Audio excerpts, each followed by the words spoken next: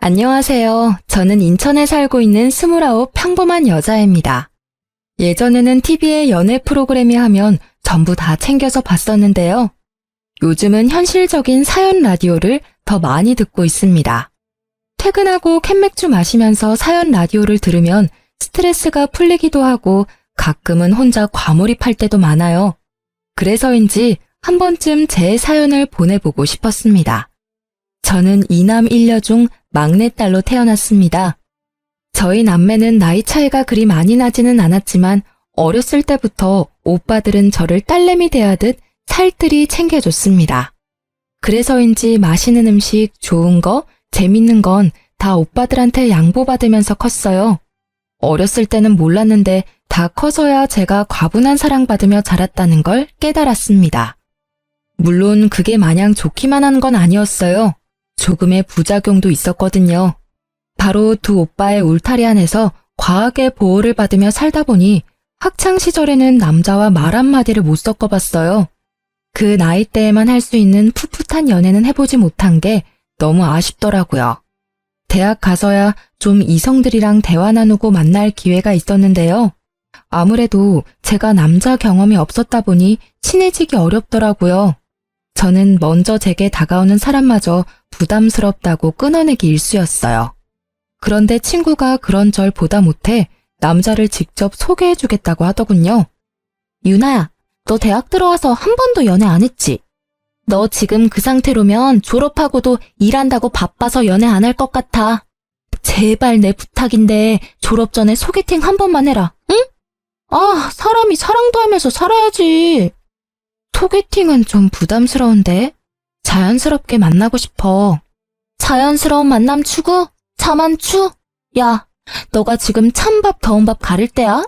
자연스럽게 만나봤자 낯가리고 대화도 제대로 못할 거면서. 가볍게 소개팅을 먼저 시작해보고 경험 쌓아서 남자분을 눈을 키워야지. 친구는 저를 놀리거나 한심하게 생각하는 게 아니라 진심으로 제 청춘이 아깝다며 안타까워했습니다. 그러다 졸업 직전 저는 소개팅을 받기로 결심했습니다. 그때 만난 게 남편이었어요. 그런데 남편은 연애 경험 없는 저마저 혀를 내두르게 만드는 아주 쑥맥인 남자였습니다. 저랑 눈도 제대로 못 마주칠 뿐더러 카페에서 메뉴 하나도 척척 주문을 못 하더라고요. 그럼에도 제가 마음에는 들었는지 소개팅 후 애프터를 신청하더군요. 저는 당연히 거절했어요. 그런데 운명의 장난일까요? 제가 대학 졸업 후에 곧바로 취업을 못했었거든요. 취업하기 전까지 용돈이라도 벌려고 아르바이트 면접을 봤는데 그곳에 소개팅을 했던 그 남자, 지금의 제 남편이 일하고 있었어요. 분명 그때 전혀 이성적인 호감이 안 느껴졌던 사람인데 같이 아르바이트 하면서 힘든 일을 겪다 보니 어느새 정이 들어버리더군요. 남편은 연애는 쑥맥이었어도 사회 경험은 저보다 훨씬 많은 사람이었으니까요. 태어난 난생 처음 알바를 하는 저와 달리 그는 여러 아르바이트를 해왔어서 그런지 제가 헤맬 때마다 능숙하게 많이 도와줬습니다. 자연스럽게 의지를 많이 하게 됐고 저는 그렇게 첫 연애를 시작했습니다. 그렇게 연애 시절을 보내고 그와 결혼을 결심했을 때 저희 오빠들은 부모님보다 더 결혼을 강력하게 반대했습니다. 남친 집 형편이 조금 안 좋았거든요. 연애는 몰라도 결혼은 비슷한 수준의 집이랑 해야 한다고 오빠들은 저를 다그쳤습니다. 저희 오빠들은 둘 다 공무원이어서 더 좋은 짝 주변에서 찾아주겠다며 어떻게든 제 마음을 돌리려 하더군요. 막내야, 너 진짜 남자 보는 눈이 왜 그렇게 형편없는 거니? 네 남자친구가 고객센터에서 일하는 건 우리 집이랑 아무 상관없어. 하지만 내 매제될 사람이 고객센터에서 일하는 건 많이 다르지. 형이랑 내 주변에 다 공무원이야. 그래서 우리는 당연히 적어도 넌 공무원 남편 만날 줄 알았어. 우리가 네 짝으로 봐준 사람들이 있으니까 제발 이 결혼 다시 생각해봐. 공무원만 직업이야, 오빠? 왜 직업만 보고 그렇게 사람을 판단해? 그 사람 고객센터에서 나름 우수사원이야. 성실하고 일하고 있는데 직업 비하는 하지 말아줄래? 너 위해서 하는 소리야. 그 사람을 비하하고 싶은 마음 하나도 없다. 사람은 저마다 수준에 맞는 사람을 만나야 한다는 소리야. 그래야 결혼 생활도 평탄할 거란 말이야. 너 그 집안 감당할 수 있겠어? 그땐 오빠들의 말은 귀에도 안 들어왔고 제 눈엔 남자친구만 보였습니다. 남친은 본인 나름대로 열심히 사는 사람이었거든요. 넉넉한 집안도 아니었고 좋은 회사를 다니는 건 더더욱 아니었지만 그때의 남편은 불금에도 놀지 않고 대리운전을 해서 투잡을 뛰는 성실한 사람이었습니다. 저는 그런 남편을 보고 앞으로 무슨 일이 생기더라도 가족들은 먹여 살릴 사람이라 생각했어요. 게다가 저 역시 결혼해서도 일을 쉴 생각이 없었기에 둘이 배고를 일도 없겠다 안심했습니다. 오빠들은 끝까지 반대하다가 남편을 한번 제대로 만나보고는 사람은 좋더라면서 제게 사과했습니다. 부모님께서도 끝내 막내딸이 좋아하는 남자면 인성만 좋으면 됐다 하셨고요. 그렇게 저는 친정가족이 반대했던 결혼을 해냈습니다. 그래서인지 더더욱 잘 살고 싶었어요. 남편은 어렸을 때 시부모님께서 이혼하셔서 시모랑 시누이랑 살았어요. 사람은 착한데 여동생 있는 것 치고 센스가 너무 부족했던 남편은 제가 연애하면서 많이 고쳐놔서 사람으로 만들었어요. 연애 초반에는 뭐 맛있는 거라도 먹으러 가면 저보고 먹어보라는 소리도 없이 허겁지겁 남편이 혼자 다 먹어버려서 벙찐 적도 있었습니다. 그때 화를 안 내고 저는 아무도 안 뺏어 먹는다고 어린아이한테 알려주듯 남편에게 말했어요. 몇 번 그러더니 나중에는 반성하고 식탐 부리는 걸 고치더라고요. 그리고 제 선물을 받기만 하고 한 번도 따로 선물을 안 챙기길래 가끔은 선물 받고 싶다고 솔직하게 말했습니다. 그랬더니 화들짝 놀라더라고요. 자기가 받고만 있는지 정말 인지를 못하고 있었대요. 저는 사랑은 주고받는 거라고 기념일에 소소한 선물이라도 좋으니 준비해달라고 말 그대로 교육을 시켰습니다.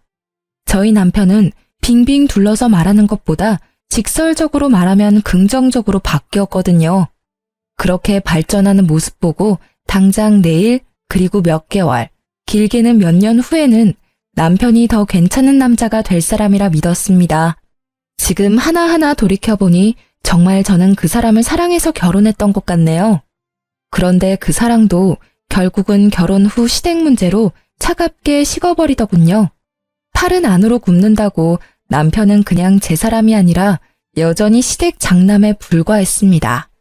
여보, 동생이 못 본 지 오래됐다고 식사 같이 하재. 그래? 생각해보니 아가씨 못 본 지 좀 됐네? 언제쯤? 근데 우리 결혼식 이후로 양가 부모님 모시고 식사했던 적 없었지? 내 동생만 부를 게 아니라 아예 가족들 다 모여서 밥 한 끼 먹는 건 어때? 오, 그거 좋은 생각인데? 저는 놀랍도록 발전한 남편의 센스에 감탄했습니다. 친정 식구들이랑 시댁 식구들 전부 초대해서 식사 대접하고 싶다고 먼저 말을 꺼낼 줄 몰랐거든요. 상견례 그리고 결혼식 이후로 처음 양가 가족이 모이는 자리였죠. 그날 바쁜 큰오빠 빼고 작은 오빠만 와서 같이 식사를 했습니다. 그런데 남편이 식당을 예약하겠다 해서 맡겼는데 상견례를 할 법한 고급 한정식 집을 예약했더라고요.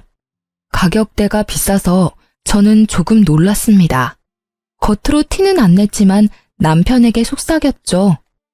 여보야, 오늘 무슨 날이에요? 인당 7만 원이야. 오늘 중요한 날이거든. 남편은 의미심장한 웃음을 짓고 저는 뭐 남편이 좋은 소식이라도 저 몰래 알리는 자리인가 싶었어요.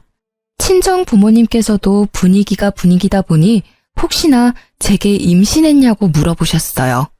아니라고 말씀드리고 기왕 간 거 맛있게 먹었습니다. 많은 발전은 했지만 아직은 부족한 남편의 센스에 알려줄 게 늘었다고만 생각했어요. 무슨 날도 아닌데 가족들 모일 때마다 고급 한정식 집을 갈 수는 없는 거니까요. 그런데 요즘 애들 말로는 플러팅이라고 하죠. 저희 작은 오빠 옆쪽에 앉은 시누이가 관심 있는 이성을 은근슬쩍 꼬셔내듯 작은 오빠 팔에 은근한 터치를 하고 요상한 웃음을 흘리는 겁니다. 시누이의 행동을 보고 저는 그만 깜짝 놀랐습니다. 사돈, 부추전이 너무 맛있어요. 좀 드셔보세요. 예상 못한 신우의 터치에 저희 오빠는 대답도 안 하고 젓가락질을 멈추더군요. 그러면 그만둘 법도 한데 여전히 과한 관심을 보이는 시누이 때문에 제 얼굴이 다 화끈거렸어요. 거기다 시모는 한술 더 뜨셨어요. 막내딸이 눈치 없게 오빠들보다 먼저 시집가서 사돈 근심이 많으시겠어요. 그런데 보니까 사돈 총각도 그렇고 우리 딸도 그렇고 둘 다 결혼 적령기네요. 이렇게 된 거 둘이 짝을 이루면 어른들 고민도 없을 텐데. 네? 아, 괜찮습니다. 지들이 알아서 맞는 짝 찾아서 결혼하겠죠. 엄마는 불쾌한 티를 숨기셔도 얼굴 표정에서 다 드러났고 친정아빠는 어머님의 의도를 파악 못하고 웃어 넘기셨습니다. 그런데 시모는 멈추지 않고 갑자기 겹사돈 얘기를 꺼내셨죠. 저 농담 아니고 진심으로 말씀드리는 거예요. 사돈 총각 정말 사윗감으로 놓치기 싫어서요. 겹사돈이면 명절에 이렇게 자주 모이고 얼마나 좋겠어요? 엄마, 식사 다 끝내시고 말씀하신다면서요. 괜히 당사자들 쑥스럽게 왜 그래요? 시모는 신우와 저희 오빠를 연결시키려는 분위기를 만들었고 한술 더 떠 신우는 부끄러워했어요. 뭐 인연이 된다면야 겹사돈이 될 수도 있지만 난데없이 당사자 의견은 물어보지 않고 이런 자리를 만들었다는 게 좀 황당했습니다. 게다가 신우이는 오래 사귄 남자친구가 있었거든요. 아가씨 남자친구 있으시잖아요. 아니, 그놈이랑은 헤어질 거야. 결혼까지 생각하고 만나는 거 아니고 정 때문에 만나는 거지. 암튼 사돈 총각 절대 그놈은 신경 절대 안 써도 돼요. 넌 눈치도 없게 그걸 지금 말이라고. 제 말에 당황해서 어쩔 줄 몰라 하는 시누이 대신 시모가 대신 입장을 말하는데 그 말들도 참 웃겼습니다. 지금 사돈 처녀 만나는 사람도 있는데 겹사돈 이야기 하신 거예요? 아까부터 진짜 너무 불쾌하네요. 진지한 관계 아닙니다, 사돈. 이건 정말 예의가 아닌 것 같으시네요. 어머님, 곧 헤어질 사이예요. 깊은 관계 아닙니다. 오해하지 마세요. 아니, 사돈 처녀. 어머님이랑 부르지 말아줄래요? 이게 무슨 경우 없는 상황인지 모르겠네요. 이미 식사 분위기는 엉망이 됐고 부모님은 집으로 돌아가셨습니다. 내내 잠자코 참고 있던 둘째 오빠는 남자친구가 있다는 말에 역시나 화가 났는지 자리를 박차고 일어났습니다. 이게 도대체 무슨 상황이지? 먼저 들어가 보겠습니다. 저는 사돈한테 일말에 관심 없고요. 잘 될 마음도 없습니다. 오히려 불쾌하네요. 종아야, 오빠 먼저 갈게. 나중에 연락하자. 오빠. 그렇게 식사를 끝마치지도 못하고 친정 식구들은 집으로 갔어요. 여보, 형님께서 계산 안 하시고 그냥 가셨대. 그래서 이 비싼 밥값 내가 계산 다 하게 생겼어. 빨리 형님한테 연락 좀 드려봐. 그게 무슨 소리야? 밥 한 술도 제대로 못 두고 간 우리 오빠가 왜 계산을 해야 해? 이 상황에 지금 그게 할 말이야? 여보야, 화내지 말고 이성적으로 생각해봐. 우리가 감당하기 너무 비싸잖아. 형님께 이체해달라고 연락 좀 해보면 안 돼? 울상짓는 눈치 없는 남편을 보고 저는 어이가 너무 없었어요. 자기가 온 식구 다 불러 모아놓고는 왜 우리 오빠 보고 계산하래? 어머 얘, 너 그러다 내 아들 잡아먹겠다. 뭘 그렇게 도끼 눈을 하고 애한테 따져. 내가 사돈 총각이랑 내 딸 한번 이어주려고 자리 마련해보라 시켰다.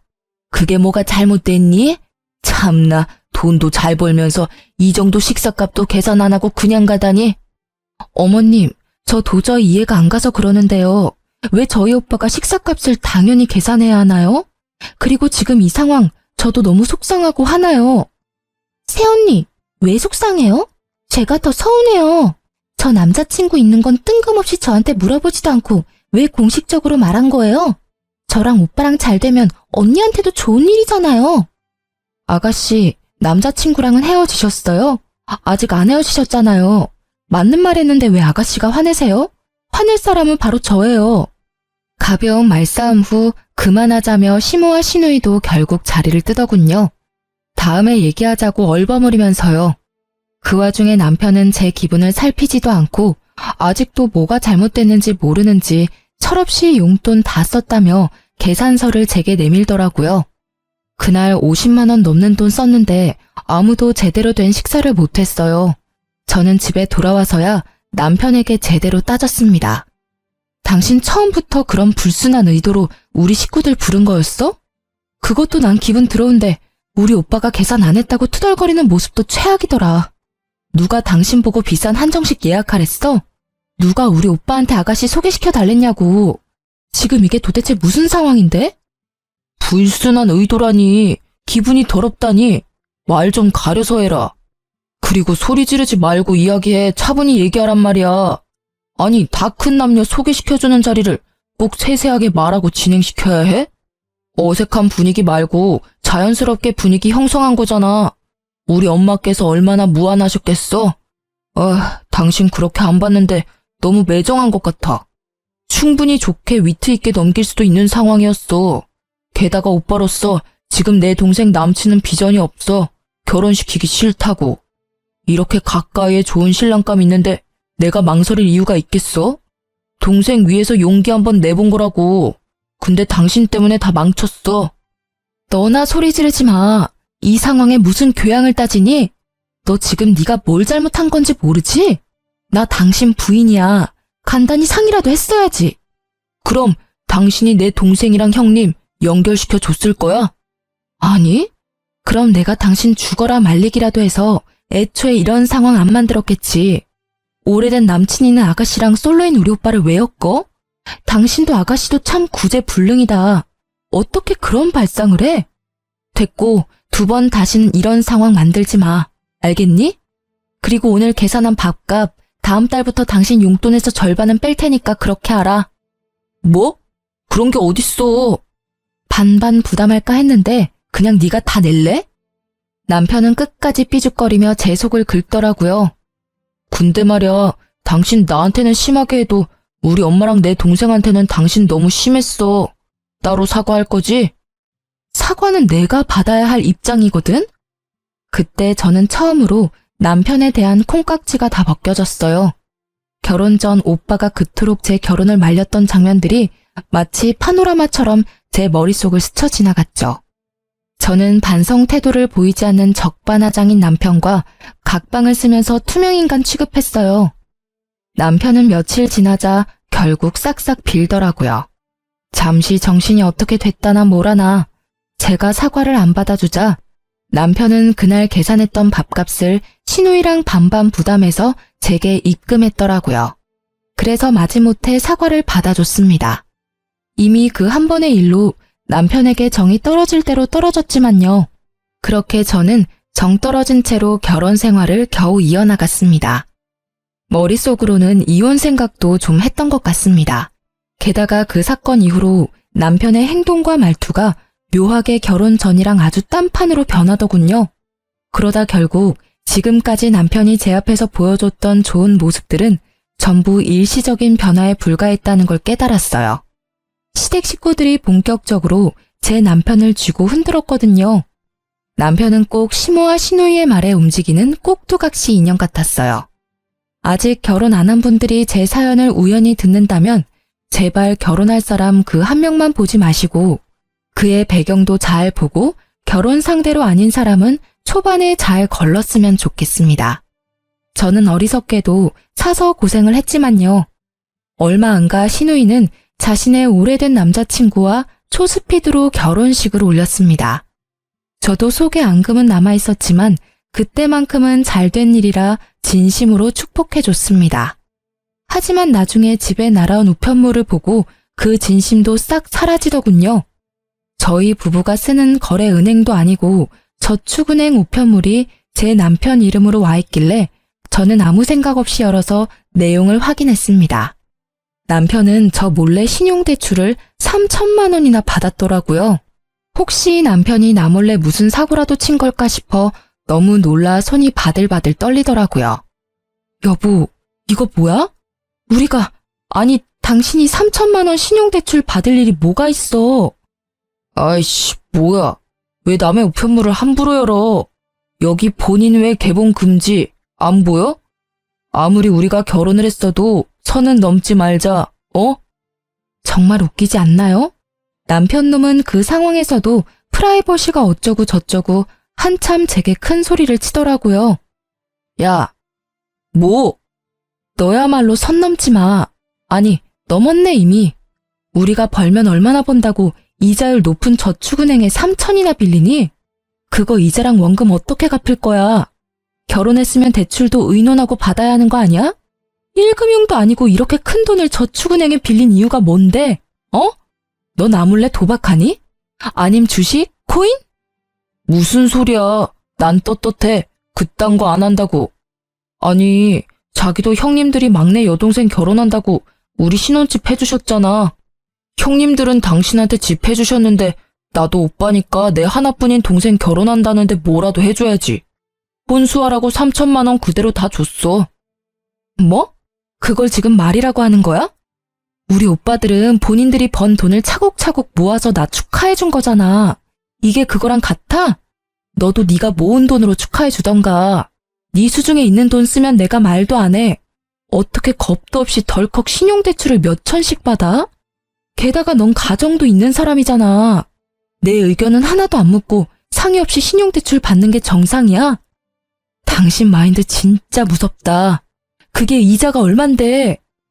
너는 뭐 맨날 나보고 상의하래. 이런 것쯤은 나 혼자 결정해도 되잖아. 그럼 외벌이도 아니고 뻔히 너랑 나 맞벌이 하는 거 알고 있는데 어떻게 여동생한테 돈 없다고 말하냐? 그건 내 자존심이 허락 못해. 그리고 당연히 형님들은 돈 잘 버니까 대출 안 받아도 여유롭겠지만 난 그렇지 않잖아. 그러니 대출이라도 받는 수밖에. 그러니까 수준에 맞게 축하를 해줘야지. 답답하다. 전혀 말이 안 통해. 어쩌겠어. 이미 지나간 일이니까 그만하네. 천천히 갚아나가면 되잖아. 그래서 말인데 생활비 각출하는 거 1년만 좀 봐줘. 뭐? 빚 갚는 게 남일이야? 뭐가 그렇게 여유롭고 덤덤하고 뻔뻔해? 우리 결혼했어. 저지르기 전에 상의했어야지. 1년? 어림도 없어. 네가 저지른 일 너 혼자 알아서 감당해. 경제관념까지 박살난 남편의 행동을 보니 저는 당장 이혼하고 이 상황을 벗어나고 싶다는 생각이 강하게 들었어요. 이대로 있다가는 저마저 빚더미에 앉을 것 같은 예감이 들었거든요. 거기에 시누이와 시모의 막 나가는 행동은 제 이혼을 더 앞당기게 해줬습니다. 남편과 냉전은 계속됐고 저는 개인적으로 이혼 전문 변호사를 알아보고 있던 중이었어요. 자고 있는데 새벽에 갑자기 시누이가 신혼집에 쳐들어와서는 저를 몰아붙이더군요. 언니 때문이라고요. 이게 다 새언니 때문이야. 아가씨 왜 이러세요? 지금 시간이 새벽 2시 반이에요. 신우는 난데없이 나타나서 바닥에 널브러져서 울기만 하며 하염없이 제 탓을 하더라고요. 다짜고짜 전부 제 탓이라는데 한편으로는 왜 그러는지 궁금하면서도 너무 어처구니가 없었어요. 그리고 시누이가 연락을 한 건지 시모도 곧 신혼집에 행차했습니다. 시모가 오니 신우는 어쩐지 더 기세가 등등해져서 울음소리는 더 커지고 저를 살짝 밀치기까지 하더군요. 그런 와중에도 남편 놈은 저를 지켜주지도 않고 잠자코 그 상황을 지켜보고만 있었습니다. 어차피 이제 이혼할 놈이지만 진짜 너무 괘씸하더라고요. 내가 언니 때문에 그날 상진 오빠 놓치고 결국 그 모질이랑 결혼했다가 이 꼴 났잖아요. 그 모질이 놈 바람났어. 내 결혼 어떡할 거야. 신우가 언급한 상진 오빠는 저희 둘째 오빠 이름이에요. 그러니까 신우 말을 정리해보면 저희 오빠랑 결혼했으면 자기는 남친이랑 결혼했을 일은 전혀 없었다고요. 그러니까 신우의 남편이 핀 바람이 갑자기 다 제 탓이 된 거예요. 우는 신우 입에서 제 오빠 이름이 나오자 저는 그동안 참았던 게 한 번에 폭발했습니다. 꼭지가 돈다는 표현이 엄청 이해가 됐어요. 가만히 있는 친정오빠를 자꾸 본인이랑 엮는 신우이를 더 이상 보고만 있을 수 없었죠. 아가씨, 제발 가만히 있는 저랑 우리 오빠 좀 내버려 두세요. 왜 자꾸 아가씨랑 저희 오빠를 엮어요? 왜 아가씨 남편이 바람핀 게 제 탓이죠? 이럴 시간에 정신과에 좀 가보세요. 내가 상진 오빠 사랑하는데 언니가 회방 놓았잖아요. 그러니까 새언니 탓이죠. 엄마 들었어? 나보고 병원이나 가래. 진짜 웃겨. 도대체 시댁을 뭘로 보는 건지. 너 지금 어디 시엠이 보는 앞에서 소리를 지르니? 내 딸 정신병자 취급하지 마라. 겹사돈 진즉했으면 이렇게 불화도 안 생겼을 거다. 니 탓 맞지 뭐. 어머님, 꼭 딸내미 손잡고 병원 좀 가보세요. 저 진짜 기가 막혀서 더 말하기도 싫으니까 제 집에서 당장 나가주세요. 제발요. 너 진짜 내가 엄마랑 내 동생한테 함부로 하지 말랬지? 진짜 시댁이 우습냐? 남편이 우스워? 그래, 우스워. 그만 우스운 꼴 보이고 네 엄마랑 네 여동생 데리고 내 집에서 나가. 뭐? 내 집? 여기가 왜 네 집이야? 우리 집이지? 예, 이렇게 된 게 다 네 탓인데 사돈 총각이랑 재혼을 시키던지 네가 해결책을 내놔야 나가지. 시모는 정말 눈 하나 깜빡이지 않고 재혼을 언급했어요. 저는 재혼이란 말에 이성의 끈이 딱 끊어지더군요. 그놈 바람핀 걸 왜 나한테 책임을 묻냐니까요?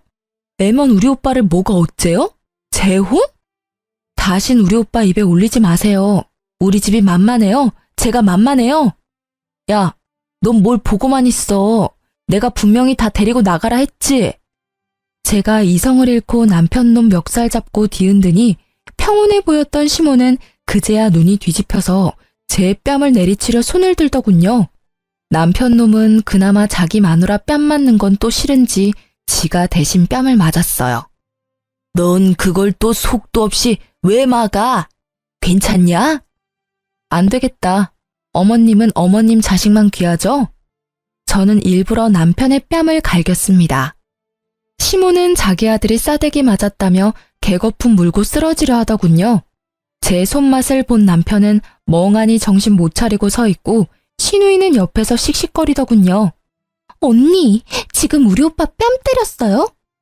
왜? 너도 맞아야 정신 차릴래? 너도 한 대 맞기 전에 까불지 마. 너 정말 막 나가기로 한 거냐? 어디 내 앞에서? 저 이 사람이랑 이혼할 거예요. 눈에 뵈는 거 없으니까 얼른 나가세요, 당장. 당신 진짜 왜 이래? 잊었어? 여기 우리 오빠가 내 명의로 해준 집이야. 여보세요? 경찰이죠? 출동 좀 바로 해주실 수 있나요? 집주인이 나가라는데 계속 안 나가는 인간들이 있어서요. 저는 망설임 없이 경찰에 신고했습니다.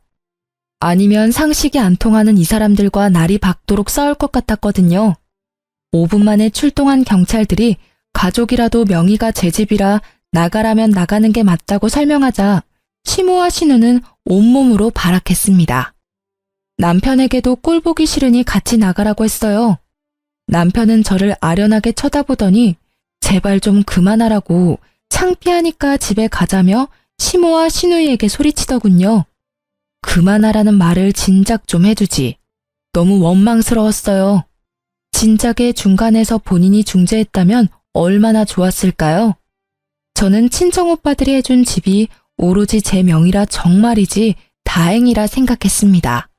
쉽게 이혼해주지 않는다면 이혼 소송하기에도 충분했죠. 저는 그대로 울다가 지쳐 잠들었는데 일어나 보니 친정오빠의 연락이 가득 와 있었습니다. 오빠? 전화를 왜 이렇게 많이 했어? 너 시댁일로 할 말이 있어서 나 점심때 잠깐 들릴게. 알았어.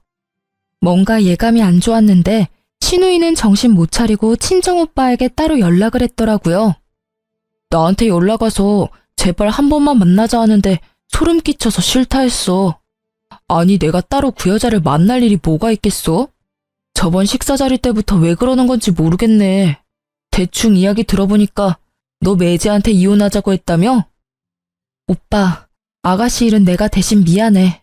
근데 지금은 내가 다 말할 힘이 없어. 너 괜찮은 건 맞아? 난 괜찮으니까 나중에 말하고 싶을 때 천천히 말해줘. 나 괜찮아. 내가 오빠들 울타리에서 벗어날 거라고 했잖아. 내가 미련하게 반대한 결혼한 건데 이혼도 내가 감당해야지. 내 동생 다 컸네 진짜. 아무튼 내 신경은 쓰지 마. 이게 뭐 너 잘못도 아니잖아. 근데 그 여자 내 번호는 어떻게 알았지? 남편한테 알려달라고 했을 것 같아. 그 사람 어머님이랑 아가씨 말이면 뭐든 다 할 것처럼 굴더라. 연애 때는 내 말이 우선이었는데 결혼하고 나니까 시댁 입김에 움직이더라고. 나 몰래 아가씨 혼수 보탠다고 신용 대출까지 받았더라. 아, 그놈 진짜. 내가 머리 싸매고 끝까지 반대할걸. 하여튼 이 오빠가 도와줄 일 있으면 말해줘. 큰형이랑 얘기해보고 변호사도 구해줄게. 저는 얼마 안 가 시댁에 가서 이혼하자고 서류를 내밀고 더 이상 저희 오빠에게 연락하지 말라고 단호히 말했습니다. 남편의 얼굴은 그 사이 피죽도 못 얻어먹은 것 마냥 많이 상해 있더라고요. 목소리도 한껏 풀이 죽어 있었어요. 하지만 더 이상 안타까운 마음도 안 들었습니다. 솔직히 저 보여주려고 쇼한다는 생각밖에 안 들었어요. 이혼하자. 내 결론은 이혼이야. 남친 있는 아가씨가 사돈인 우리 오빠한테 찝쩍거리는 것도 불쾌했고 결혼해서 남편 바람피니까 나랑 우리 오빠 언급하는 것도 소름 끼치고 결정적으로 당신 나 몰래 아가씨 준다고 신용대출 받은 거에서 난 완전히 신뢰를 잃어버렸어. 여보야, 그러지 말고 나랑 일단 둘이 더 대화를 해보자. 제발.